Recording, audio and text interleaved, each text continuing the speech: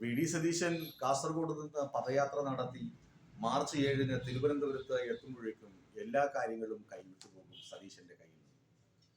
സതീശന്റെ ഒരു കാര്യം ഞാൻ നേരത്തെ ഒരു റീൽസിൽ സൂചിപ്പിച്ചിരുന്നു. എന്താണ് സതീശൻ നുണയന്മാരുടെ രാജാവ്, മികച്ച നുണയനാണെന്ന് പറഞ്ഞ് നടന്നപ്പോഴും സതീശന്റെ നുണകൾ എന്ന് പറഞ്ഞു തുടങ്ങിയ ഫേസ്ബുക്ക് പേജും ഒക്കെയാണ് ഞാൻ അതിൽ പരാമർശിച്ചത്. ഇതിലും അതൊക്കെ തന്നെ ആണ് ഒരു വശത്തുള്ള വിഷയം. മറ്റൊരു വിഷയം, സതീശനെ കനകോലുവും കോൺഗ്രസ് ഹൈക്കമാൻഡും അളന്ന് കുറിച്ച് വച്ചിട്ടുണ്ട് എന്ന് തെളിയുകയാണ്. അളന്ന് കൈക്കുറിയിൽ ഒതുക്കി വെച്ചിട്ടുണ്ട്. കരതലാമലകം എന്നൊക്കെ കേട്ടിട്ടില്ലേ? കൈവെള്ളയിലെ നെല്ലിക്ക പോലെ അവർ കരുതിയിട്ടുണ്ട് സതീശൻ ആരാണ്. സമുദായ സംഘടനകളുമായി സൗമ്യതയിലും രമ്യതയിലും പോകാൻ സതീശനെ കൊണ്ട് ആവുകയില്ല എന്ന് ഹൈക്കമാൻഡ് തിരിച്ചറിഞ്ഞിട്ടുണ്ട്. അതുകൊണ്ടാണ് പുതുയുഗ യാത്ര എന്നൊരു പ്ലക്കാർഡും കൊടുത്ത് നേരെ കാസർഗോഡ് വിട്ടിട്ട് മാർച്ച് 7 വരെ തിരുവനന്തപുരം വരെ നിങ്ങൾ യാത്ര ചെയ്യുക എന്ന് പറഞ്ഞത്. എന്നാൽ അങ്ങനെ തീരുമാനിച്ച് പ്രതിപക്ഷ നേതാവ് നടത്തുന്ന യാത്രയാണല്ലോ. നിങ്ങൾ അതേ അവസരം ഇടതുമുന്നണി നടത്തിയ യാത്ര കണ്ടു കാണും. എല്ലാ മുന്നണിയിലെയും നേതാക്കൾ, പ്രമുഖരായ നേതാക്കൾ, പാർട്ടി അധ്യക്ഷന്മാർ, പാർട്ടി സെക്രട്ടറിമാർ ഒക്കെ അല്ലേ ആ ജാഥ നടത്തിയത്. എന്തുമാത്രം നേതാക്കളാണ് ഒരു ജാഥയിൽ അണിനിരക്കുക. UDF-ന്റെ ജാഥ നോക്കൂ, പുതുയുഗ യാത്ര നോക്കൂ. വി ഡി സതീശൻ ഒഴികെ വേറെ ഒരു നേതാക്കളുമില്ല. വി ഡി സതീശൻ ഒരു വേദിയിൽ പോയി യൂത്ത് കോൺഗ്രസ്സുകാരെ എന്ത് തോന്നിയ, ഞാൻ ഇവിടെ നിൽക്കുമ്പോൾ നീയൊക്കെ എന്ത് തോന്നിയവാസമാണടാ കാണിക്കുന്നത് എന്ന് പറഞ്ഞ് വരട്ടെ. മറ്റൊരു സ്ഥലത്ത് പോയി കതിര പൊട്ടിക്കാനാരടാ ഇതൊക്കെയാണോ ചെയ്യുന്നതെന്ന് പറഞ്ഞ് വരട്ടെ. ഇതൊക്കെയാണ് നടന്നുകൊണ്ട് ഇരിക്കുന്നത്. വേറൊരു വേദിയിൽ ഷാഫി പറമ്പിൽ വേറൊരാളെ കോങ്ങയ്ക്ക് കുത്തിപ്പിടിക്കുന്നത് നമ്മൾ കണ്ടു. പുതുയുഗ യാത്ര നൽകുന്ന സന്ദേശം അതൊക്കെയാണ്. അല്ലാതെ കേരളത്തെ വികസിപ്പിക്കാനുള്ള അജണ്ടയൊന്നും അതിനകത്ത് വരുന്നില്ല. അതിനകത്ത് പച്ചക്കള്ളം വിളമ്പുക, ഇങ്ങനെയുള്ള തള്ളും സ്നേഹത്തള്ളും തമ്മിലടിയും കാണിച്ച് വയ്ക്കുക. അതുകൊണ്ടാണ് വി ഡി സതീശനെ ഹൈക്കമാൻഡ് ഒഴിവാക്കിയത്. വി ഡി സതീശൻ അവിടെ നിന്ന് യാത്ര തുടങ്ങിയ ഇവിടെ തന്നെ ഇലക്ഷന്റെ പ്രചാരണ സമിതിയെ നിശ്ചയിച്ചു. അതിന്റെ ചെയർമാനായി രമേശ് ചെന്നിത്തലയെ വെച്ചു. അതിന്റെ കൺവീനറായി ഷാഫി പറമ്പിലിനെ വെച്ചു. അതുപോലെ തന്നെ വി ഡി സതീശന്റെ ബദ്ധശത്രുവാണ് ബെന്നി ബെഹനാനെ എന്ത് വെച്ചു? ഈ ഇലക്ഷൻ പ്രകടന പത്രിക തയ്യാറാക്കുന്നതിന്റെ ചെയർമാനായി നിശ്ചയിച്ചു. അപ്പൊ വി ഡി സതീശൻ എന്തായി? ആസായി. എന്നിട്ട് ഏകദേശം 92 സീറ്റുകളിലെ സ്ഥാനാർത്ഥി നിർണയവും ഏകദേശം ഒക്കെ പൂർത്തിയായിട്ടുണ്ട്. വി ഡി സതീശനെ അവിടെയും ഉൾപ്പെടുത്തിയിട്ടില്ല.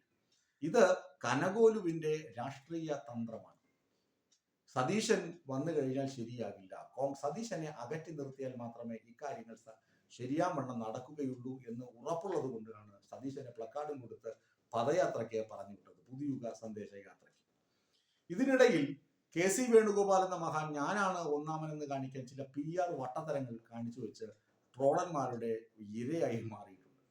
ആലപ്പുഴയിൽ വിലക്കയറ്റം പരിശോധിക്കാൻ ഇയാളൊരു സഞ്ചിയും എടുത്തൊരു കടയിൽ പോയിരുന്നെങ്കിൽ പിന്നെയും കുഴപ്പമില്ലായിരുന്നു. മുമ്പൊരിക്കൽ ഒരു ഗുരുസ്ഥാനത്തുള്ള ശ്രീ MV നികേഷ് കുമാറിനെ അദ്ദേഹത്തിന്റെ കൂടെ പോയ ഒരു ഒറ്റുകാരനായ ഒരാൾ കിണറ്റിലിറക്കിയ കഥ എനിക്ക് നേരിട്ടറിയാവുന്നതാണ്. അതും PR വർക്ക് എന്നാണ് പറഞ്ഞത്. പബ്ലിസിറ്റി കിട്ടുമെന്ന് പറഞ്ഞിട്ട് ഇറക്കിയതാണ്. അതിന് അദ്ദേഹം നേരിട്ട ട്രോളുകൾ ഇപ്പോഴും അന്തരീക്ഷത്തിൽ ഇങ്ങനെ മുഴങ്ങി നിൽപ്പുണ്ട്. CPM-കാരും ഇങ്ങനെ അപകടത്തിലൊക്കെ പെടാം. പക്ഷെ ഈ വിലക്കയറ്റത്തിന്റെ കാര്യത്തിൽ വിലക്കയറ്റത്തെ കുറിച്ച് പരിശോധിക്കാൻ KC വേണുഗോപാൽ കടന്നു ചെന്നത് ഒരു കോൺഗ്രസിന്റെ മണ്ഡലമാണ്. നിനുകുമാർ എന്ന് പറയുന്ന മണ്ഡലം നേതാവിന്റെ വീട്ടിലേക്കാണ് ചെന്നത്. അവിടെ അദ്ദേഹത്തിന്റെ ഭാര്യയും അമ്മയും ഒക്കെ ഉണ്ടായിരുന്നു. അവിടെ പോയി മീനിന്റെ രുചിച്ചു നോക്കി, കപ്പ ഒന്ന് തൊട്ട് നക്കി നോക്കി. വിലക്കയറ്റത്തെ കുറിച്ച് പഠിക്കാനാണ്. പിന്നെ ഗിഗ് വർക്കർ, ഒരു ഫുഡ് ഡെലിവറി ബോയുടെ ബൈക്കിൽ കയറി യാത്ര ചെയ്ത് നോക്കി, അവരുടെ ദുരിതം മനസ്സിലാക്കാൻ.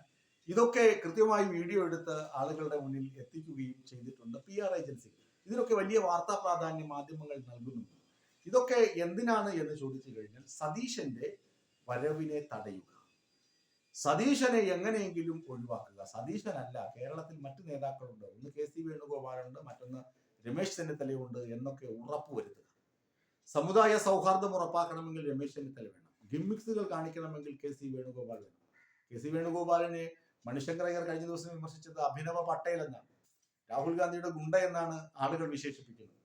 ഏതായാലും KC വേണുഗോപാൽ ഇവിടെ വന്ന വിലക്കയറ്റത്തെ കുറിച്ച് പഠിക്കാൻ വേണ്ടി കോൺഗ്രസ്സുകാരന്റെ വീട്ടിൽ പോയി കപ്പയും മീനും തിന്നതും ഗിഗ് വർക്കറുടെ ബൈക്കിൽ കയറി യാത്ര ചെയ്തതും ഒക്കെ ട്രോളായി മാറിയിട്ടുണ്ട്. ഒപ്പം സതീശനെ ഒതുക്കുക എന്ന കനകോലുവിന്റെ തന്ത്രം ഏതാണ്ട് 90% വിജയിക്കുകയും ചെയ്തിട്ടുണ്ട്. പദയാത്ര കഴിഞ്ഞ് തിരുവനന്തപുരത്ത് വരുമ്പോഴേക്കും സതീശന്റെ പടം പൊഴിയും എന്നാണ് കേരളത്തിലെ രാഷ്ട്രീയ നിരീക്ഷകർ മനസ്സിലാക്കിയത്.